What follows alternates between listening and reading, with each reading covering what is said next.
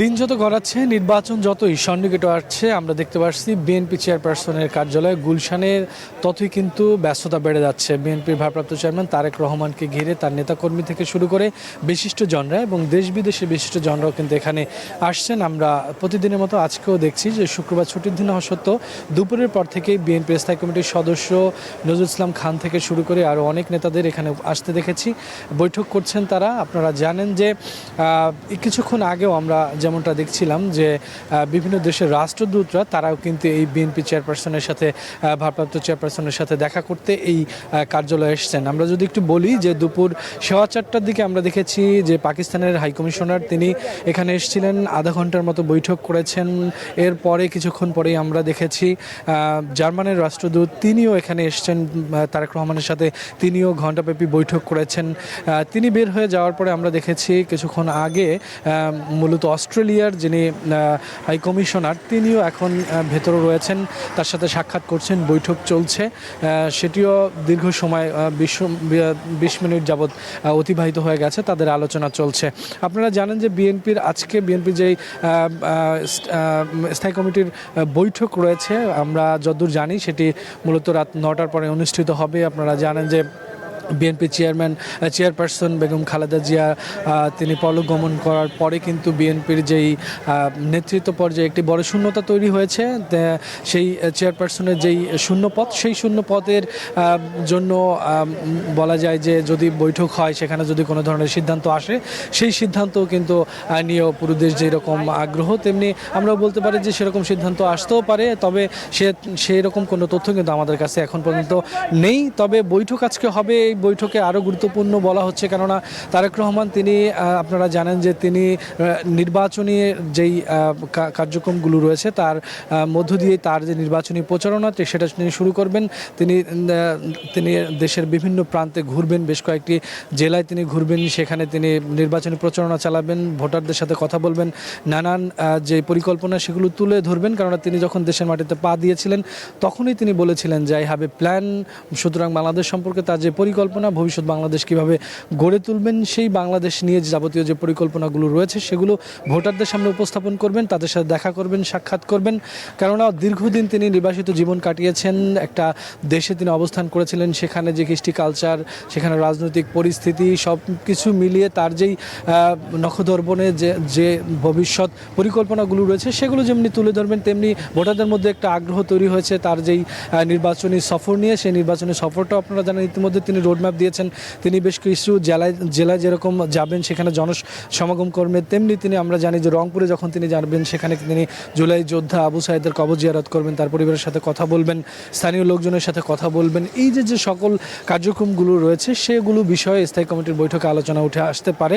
এছাড়া দেশের বিভিন্ন যে ক্রান্তিকাল সময় অতিবাহিত করছে, বিভিন্ন যে ইনসিডেন্টসগুলো ঘটছে সে বিষয় নিয়েও সেখান থেকে উত্তরণের জন্য আলোচনা উঠে আসতে পারে।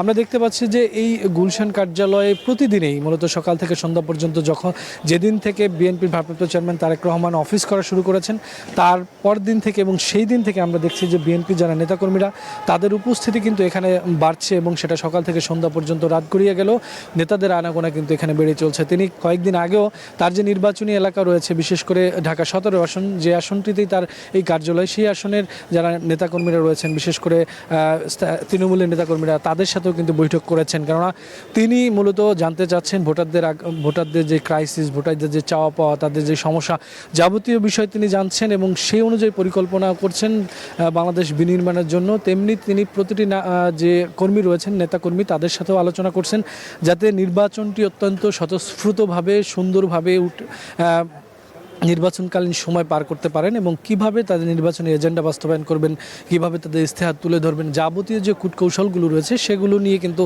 নেতাকর্মীদের সাথে আলোচনা করছেন। আমরা দেখতে পাচ্ছি কর্মীদের মধ্যে অত্যন্ত যে উচ্ছ্বাস, আনন্দ, সেটি আমরা দেখতে পাচ্ছি যে তাদের দীর্ঘদিনের যে নেতৃত্ব দূর পরবাসে ছিলেন সেখান থেকে আসা, তার সামনাসামনি আলোচনা করা, দিক নির্দেশনা পাওয়া, এটি যেরকম উপভোগ করছেন, তেমনি আমরা দেখছি যে বিএনপির ভারপ্রাপ্ত চেয়ারম্যান তারেক রহমান তিনিও কিন্তু উপভোগ করছেন যে সামনে থেকে কাছাকাছি থেকে নেতৃত্ব দিচ্ছেন। আমরা আমরা আজকে দেখেছি যখন তিনি এই তার যেই অফিস বিএনপি চেয়ারপারসনের কার্যালয় সেখানে তিনি যখন প্রবেশ করেন লাঞ্চের পরে আমরা দেখেছি তিনি আজকে গাড়ি থেকে নেমে পায়ে হেঁটেই কিন্তু কর্মীদের সাথে সাক্ষাৎ করতে করতেই ভিতরে প্রবেশ করেছেন। এই যে কর্মীদের একটা আগ্রহ থাকে যে তাদের সাথে যে সৌজন্য সাক্ষাৎ হবে, একটু গল্প করবেন, কথা বলবেন, এই বিষয়টি তিনি যেমন প্রত্যাশা পূরণ করছেন তেমনি দিক নির্দেশনাও দিচ্ছেন। আপনারা জানেন যে দীর্ঘদিন পরে দেশের মধ্যে একটা অত্যন্ত গুরুত্বপূর্ণ সময় পার করছে নির্বাচনকালীন। এই নির্বাচনকালীন সময়ে যে যাবতীয় বিষয়গুলো আছে, নির্বাচনের যে আচরণবিধিগুলো আছে, সব কিছু নিয়ে কিন্তু তিনি তারেক রহমান তিনি তার নেতাকর্মীদের নির্দেশ দিচ্ছেন।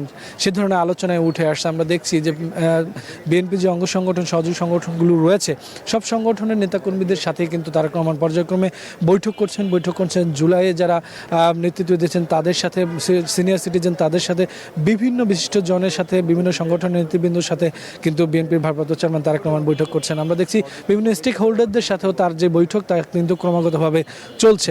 প্রতিদিনই তিনি কোনো না কোনো সংগঠন, কোনো না কোনো ব্যক্তিত্ব, কোনো না কোনো গোষ্ঠীর সাথে কিন্তু তিনি বৈঠক করছেন। শুধুমাত্র সামনের দিনগুলো কীভাবে পরিকল্পিতভাবে সাজাবেন, কিভাবে বাংলাদেশকে এগিয়ে নিয়ে যাবেন, গত যে 17 বছরের যে রেজিম ছিল, ফ্যাসিজম ছিল, সেখান থেকে উত্তরণ, সেখান থেকে বেরিয়ে আসা, সুন্দর সোনার বাংলাদেশ গড়া, সব মিলিয়ে তার যে পরিকল্পনা, সেই পরিকল্পনা সকলের সামনে তুলে ধরছেন এবং যারা এখানে আসছেন সকলেই তাদেরও অভিমত ব্যক্ত করছেন, তারা কী ধরনের কী পরামর্শ দিচ্ছেন আমরা সেগুলি দীর্ঘ সময় শুনতে পাচ্ছি। আজকে যে স্থায়ী কমিটির বৈঠক আপনারা জানেন, সেটি ঠিক আমরা যতদূর জানি সেটি 9টার পরেই অনুষ্ঠিত হওয়ার সম্ভাবনা রয়েছে। এখন পর্যন্ত ভেতরে আমরা জানি স্থায়ী কমিটির কয়েকজন সদস্য, স্থায়ী কমিটির বিশেষ করে দুপুরের পর, লাঞ্চের পর নজরুল ইসলাম খান প্রবেশ করেছেন। এরপরও আমরা দেখেছি বিএনপি নেতাকর্মীরা এই মুহূর্তে বিএনপির চেয়ারপারসনের কার্যালয়ে রয়েছেন। এছাড়া আমরা জানি যে বিএনপির বিএনপির ভারপ্রাপ্ত চেয়ারম্যানের সাথে দেখা করতে আসবেন, বিএনপির যিনি মহাসচিব, বিএনপির স্থায়ী কমিটির সদস্য সালাউদ্দিন আহমেদ সহ আরও অনেক এখানে আসবেন বলে আমরা জানতে পেরেছি। তো আজকের বৈঠকটা অত্যন্ত গুরুত্বপূর্ণ, কেননা আজকের বৈঠক থেকে নির্বাচনকালীন সময় এবং সামনের নেতৃত্ব থেকে শুরু করে সকল বিষয়ে আলোচনা উঠে আসবে। এই জন্য সকলের মধ্যে আমরা একটা আগ্রহ দেখতে পাচ্ছি, অপেক্ষা করছেন সকলে।